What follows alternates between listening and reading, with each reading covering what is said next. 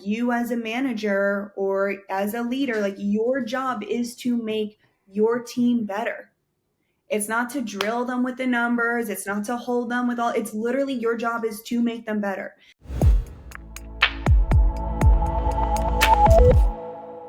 Welcome back to another episode of the Revenue Reimagined podcast. We get so many great guests on this show, but very rarely do we get someone that I truly admire, that I followed for a long time, and that has been instrumental in my and our inbound to outbound motion here at Revenue Reimagined.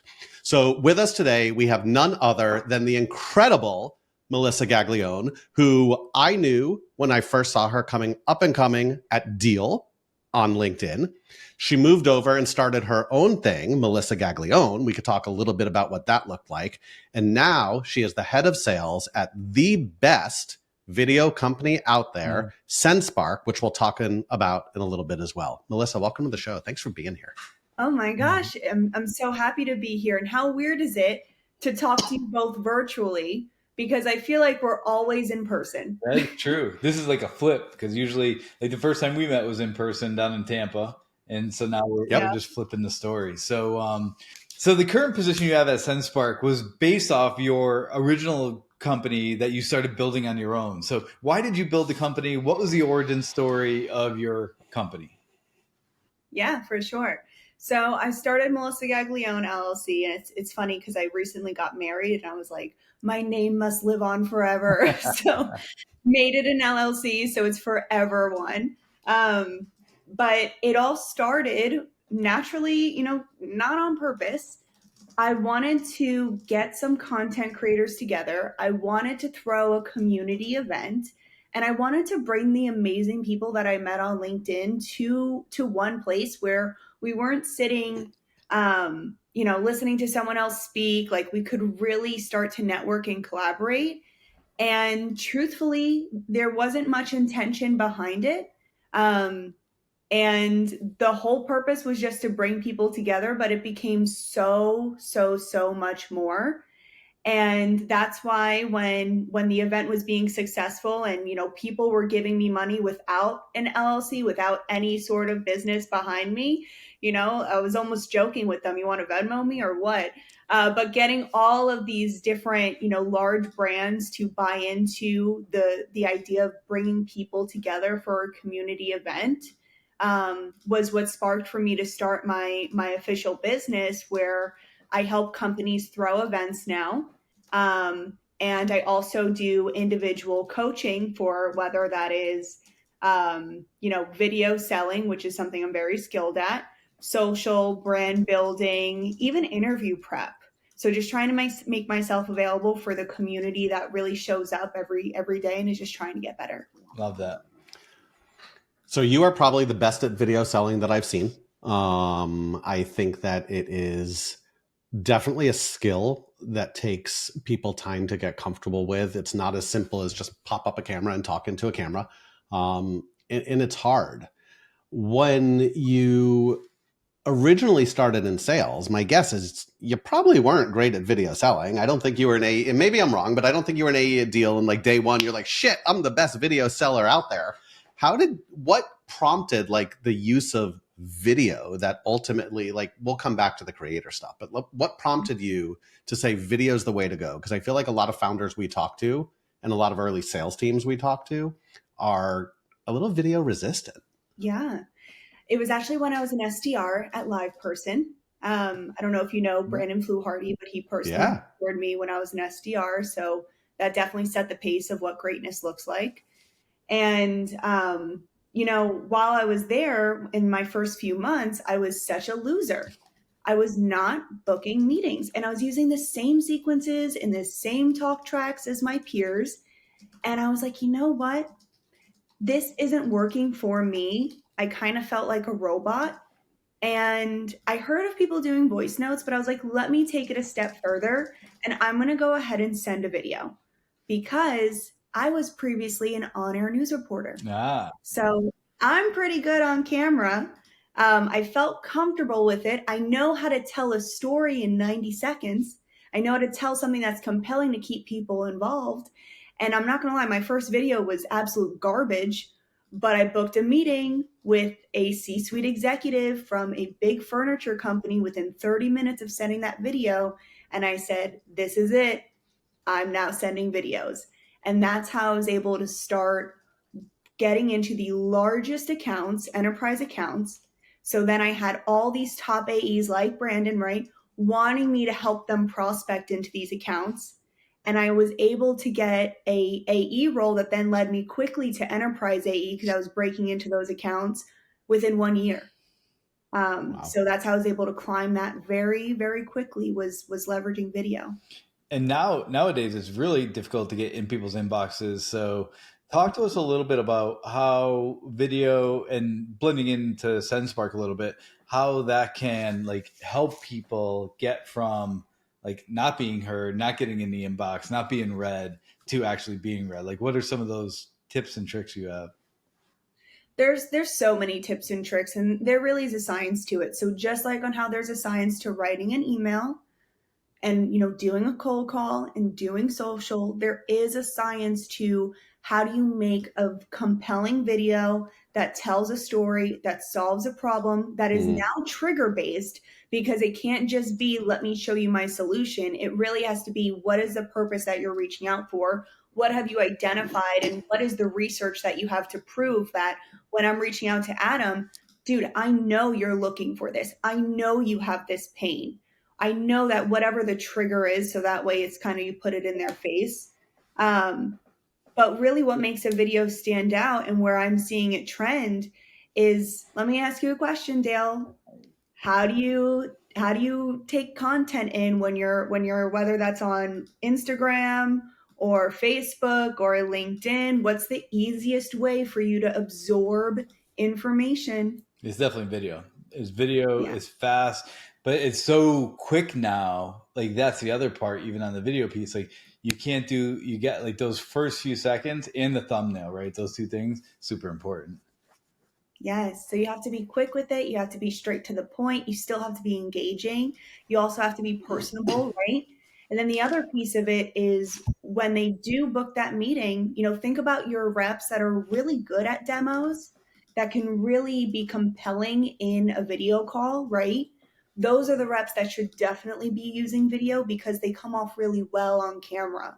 And I mean, we're on Zoom calls every single day. We're practicing the questions that we need to ask, our negotiation tactics, all of those things. I remember in the beginning, people were getting or like hiring acting classes so that way they could learn how to like pitch on discos and demos and things like that. Video is that way too. So if you can do your discos over Zoom, you can send a video. It's the same skills that you're using there. That's a super good point. That's a super good point. It's people don't think about that, right? Like the skills do translate. So Melissa, you were an SDR. Yeah. You were an AE. Then you turned business owner. Mm-hmm. And now that has propelled you into a head of sales role. But not a lot of people get that experience, especially at relatively young ages, to own businesses and use that to propel them into something else. Talk to me a little bit about the journey of, hey, I want to own a business, because sitting on this side, that's a crazy decision. And then I'm going to use this to propel me to a head of sales role because of why? Yeah. Well, I think that all sellers, we are our own business. You are running your own book of business. You're responsible for your own pipeline. You're responsible for your close. You're responsible for your customers. Like that's something that I've loved about sales is that I really feel like it is my book of business. This is my little operation that I'm running. This is my little business that I'm running. The company I'm working for is just supplying the product and like a few other things, like thanks for the legal, but it is my own book of business. I also come from a family of business owners, but small business owners. So my dad came over from Italy, and he started his own landscaping business. So I've always been around it. And, even though this business is the one that I started first, Like, it is so not going to be the last. I have so many big dreams and great plans and all of those things for my future and what that's going to look like. But I needed to first take the first step of, one, how do I get incorporated? What does this look like? What does it even look like when taxes come around? Like all those little Crazy, things. right? Like, yeah, like why would I wait? Like, let me just try to take even baby steps, because if I have a long-term goal, something that could happen in 10 years from now, why not start taking baby steps and gaining experience now? Why would I put it off in 10 years from now? Why not start getting customers or clients or building my brand or building out, people that would suggest or use me or anything like that, or, getting better at teaching and educating others or marketing or the books, all of that. Why not start that now at a small scale? So that way, when I'm ready for the bigger things, I already have a little bit of knowledge to help me. 100%. I love that. I love that. So you're a new leader, and you've worked for many other leaders. And so, what have you learned in past leadership? And not calling anybody out, but what have you learned in past leadership that you want to bring in? And what are some things from a leadership perspective that you don't want to bring into your team? Yeah. So I had the pleasure of working at Deal directly for Mike Gallardo, which I personally prospected when I was choosing where I wanted to work. I was choosing not just the product, but who I wanted to work for. So when I saw that he was specifically hiring for a role that would be reporting to him, I wanted it. And I had two compelling offers with another company. And I chose Mike because I literally said to him, like, I literally choose you. Like, I want to work for you. And it was the best decision because he was the greatest boss I've ever had. And he taught me so much because I didn't always have great bosses. And if you know, I've had a few other careers before sales. I was an elementary education school teacher, and my principals were rough. It was not great. I'll tell you that the system sucks. And I didn't have a good experience with those bosses. I was also an on-air news reporter for CBS, and I had a very timid boss where all the news reporters really ran the station, which is a problem when you got a bunch of girls fighting for airtime. So I also saw what it was like to kind of be a pushover sort of thing. And then I had a few bosses at LivePerson and things like that. But Mike really showed me what it was like to be an empathetic leader, but also listen. So something that I really learned with him was that he would, the way that he would solve problems was he would keep me involved in it. So he would ask me like what my opinion was for a problem that he was overseeing, right, and wanted suggestions from, because I was the one, doing the work and what I saw. I was also the one that was talking to so many different people. And it gave me a sense of, wow, I feel valued because he values what I have to say. So I think that just asking your people for suggestions, or, hey, I'm trying to go through this problem, or what do you think about this? And letting us feel that we have a sense of, ability to make a change just by offering ideas instead of the changes just happening. Sure. That was a huge point. And so that's the type of leader that I'm going to be. I'm not going to push my problems on my reps. Absolutely not. There's a big difference between pushing problems and making them figure it out than it is to, hey, this is a problem I've noticed. Like how would you feel if we did something like this? Or do you have any other ideas about it or anything like that? And hearing from them. So that's something that I'm definitely going to do. And I'm most definitely, anything that I've learned from my other careers is to encourage and to, give proper feedback and coaching, not to be tough in a sense of tearing people down. That's something that happens in news. So there's a different way of how to give feedback and encourage people, for sure. It's hard, right? Like, being a leader is hard. Like, I have no other way to say it. And I think, you nailed some things that make a good leader when you talk about being encouraging and giving feedback and not pushing your problems. I think all of that is so important. And I think a lot of founders struggle with being leaders, right? Like, some of them, they were either great sellers or great CTOs or, really technical product folks, but haven't necessarily had to lead people before. And making that transition into leadership is difficult. As you are moving into leadership and building out, God willing, a massive team at SendSpark, and video selling becomes the most important thing. Like, what are some of the things that you've experienced that you won't do and that founders and leaders shouldn't do? And other than praise and stuff, like really tactical, what are a couple of really great things that are critical for a great leader? People buy from people. That's why companies who invest in meaningful connections win. The best part? Gifting doesn't have to be expensive to drive results, just thoughtful. Sendoso's intelligent gifting platform is designed to boost personalized engagement throughout the entire sales process.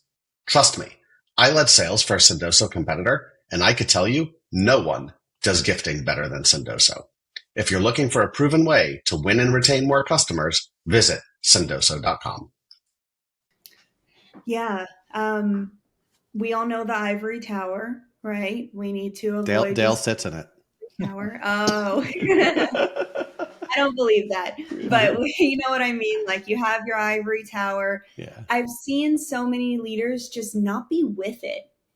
Like, they're just not even aware of, not even just the problems that they have, but the tools, the solutions, the other ways to go about it. Like, you got to be with it and even know things that are going, not just your own business, but what is the market doing? How is it evolving? How are other teams getting other results? Like, what are the other tools that companies are using? Because you have to stay competitive.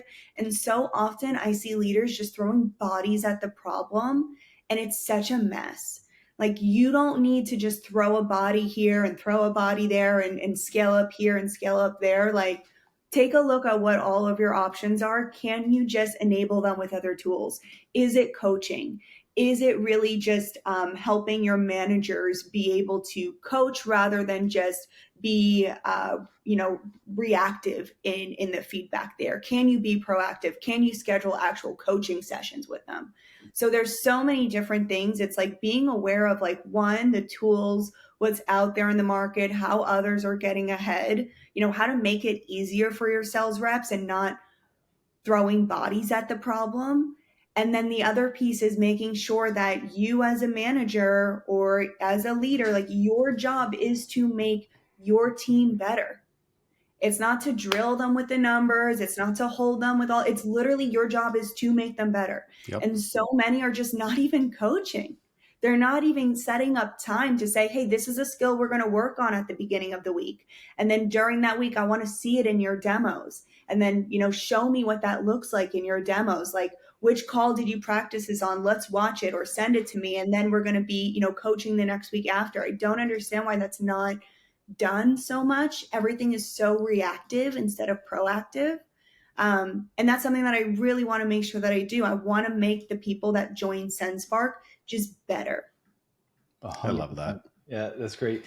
I want to go back to the video piece for a second, because where I saw you do a lot of great videos on Instagram as you were kind of like going through the process, and going back to that, 8-second, 10-second kind of clips where you're providing enough value. Would you recommend that people that are trying to do this video content for LinkedIn, emails, that kind of stuff, start with something like Instagram and try out Reels? I'm curious your perspective and why you went down that path. Dude, I guarantee you, if you ask a rep, hey, have you used Snapchat? Hey, have you ever made a reel? Hey, have you ever made a TikTok? Hey, like, have you ever used Marco Polo, which is an app that you send to your friends and they watch videos of each other? They're going to say yes. Like, they've already done it. They've been doing it for years. Yeah. Like, so they have already been making videos of themselves, whether it's to show their friends something really funny, check this out, like whatever, maybe they've been doing it. Everyone knows, they've been in this for so long now. Video has been in the space for like 10 years. We've all been making videos to communicate, but it's been socially. Why are we not doing it in B2B? And we all know things start at the social level, how people communicate, and then make their way to B2B. It's like we're the last ones to figure it out. But they're already doing it. So if they want to start talking about things and show their expertise, then they can go ahead and start making those little recordings. I'm going to be honest, I'm not trying to grow my TikTok. It's not like my major focus. My major focus is LinkedIn because that's where my ICP is. That's what my focus is. But will TikTok be great for me when I want to do more one-to-one clients about teaching them how to do sales? Absolutely. So I'm going to keep adding to that channel, but I'm still being mindful of where I'm putting my time and everything like that. But reps are already doing it. They've been making videos for a long time. They've just been sending it to their friends. Yep. So why not just send it or post it to your network, to your buyers? So I don't use Snapchat. I don't use dance TikTok. on TikTok though. I don't use TikTok. You don't dance on TikTok? Adam J dances. MJ dances is his handle. I don't know what you're going to find if you search Adam J dances, but it won't be me. I do use Instagram, not video. I honestly, and I'm embarrassed to say it, Melissa, like I just really started using video within probably the past 6 months. Part of which based on yourself, part of which based on, a couple of other people who we don't need to mention because this is the Melissa show. But I think it's so powerful if done right. So my question, other than sales, like sales is important, right? But other than sales, where should founders be harnessing video? Like where should founders be harnessing getting their face on that damn screen and standing out from the noise? Oh, 100%. So I've been posting videos on LinkedIn for like a year and a half now. And it was always my least liked, lowest engagement up until like 3 months ago, where LinkedIn finally is on my side and it's finally promoting LinkedIn Shorts. I was so excited when LinkedIn came out with that new feature. And it was the video feature where you can scroll like TikTok. And I was pumped because I'm like, finally, my time is here. Like I knew that making videos was the lowest, engagement and likes, but it was also creating a damn good and really great audience that was interacting with me. And it helped people get to know me. And there are so many people, so many leaders that just make the text posts or even post a picture. Like you really don't get to know them through that. But when you make a video, people get to know you. They hear your voice, they see your little isms, like they get to see if you're like quirky or those little things about you that make you human. They now get to see that from you. So, founders, this is your time to one, beat the algorithm, get people to love you and get to know you and connect with you. And then they're going to check out your profile and see what you're selling. And they're going to go, wow, that guy is so cool. Like now I want to know more about his product. Or wow, he has that dog too. Like I feel connected to him. Or wow, he also loves golf. Like I'm a golf nerd. Or Patagonia's my favorite clothing store too. Like they start to connect with you with these little things that you have when you're showing them in video, and you start building that deeper connection with your, either your buyers or your end users, or people just hype you up because they're just excited that somebody is sharing something and they're learning from them. Love that. So as we go forward, we're gonna fire off a little bit of rapid fire on it and see what you would do outside of some tech stuff and just what some of your favorite things are. Up for it? Okay. Yeah, let's do it. Awesome. So if you weren't in tech, what other industry or process, like where would you be if you weren't in tech? What else would you do? I just would have my own business. I don't know what I'd be selling. Just coffee, who knows? But I would definitely probably be a small business owner. Event probably planning? Some sort of franchise. You just did the wedding, maybe event planning? You know what? Event planning, you know what? Even though I do it for corporate, I don't want to give up my weekends like that. It would be something that's turnkey. So that way I just keep building out more, truthfully. I love it. Early bird or night owl, Melissa? Early bird. I go to bed at 9 p.m. I'm with What's you. the first app you check when you wake up in the morning? You know it. It's always LinkedIn. Always LinkedIn. Always Yes. LinkedIn. What is one word to describe your startup journey so far? Surprising. Ooh, I like that one. I like that one a Let's lot. double click on it a little bit. Why surprising? I mean, who knew?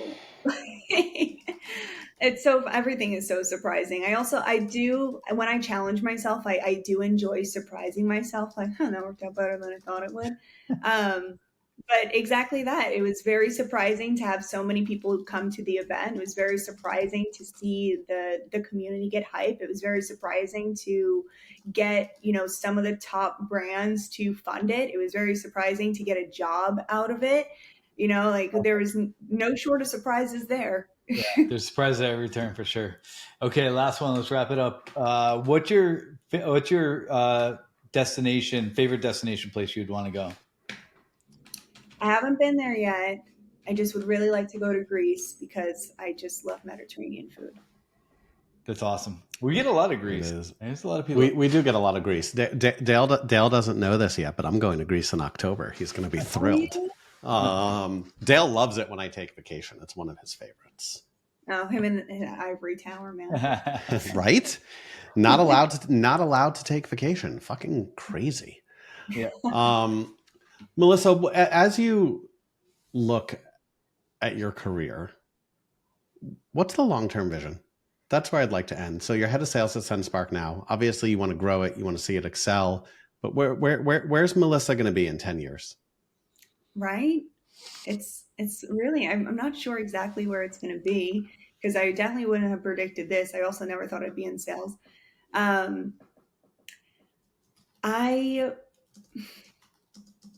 I'll say this because even my CEO knows this too. I really want to be like a founder.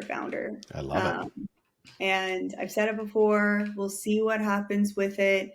I try not to put too much pressure on it in a sense. But if it doesn't go that route, then I'll be my regular founder of coaching and helping and things like that. So it's almost like these two paths, but they both end with the title CEO. It just depends on what it is that's going to look like. I love it. That's awesome. I love it. I am so glad we got to hang out and geek out and talk all things video. Where can people learn more and where can people go sign up for SendSpark? Yes. Because that's what y'all should be doing. Like you should be signing up for SendSpark. And I'm saying that without even a damn affiliate code, to be clear. Yeah, because if you didn't know, SendSpark, what we do, shameless plug here, is instead of sending one video at a time, which sucks. Oh, brutal. It's why people don't use video. You can make one video. We're going to clone your voice, change your prospect's name, and send it to thousands.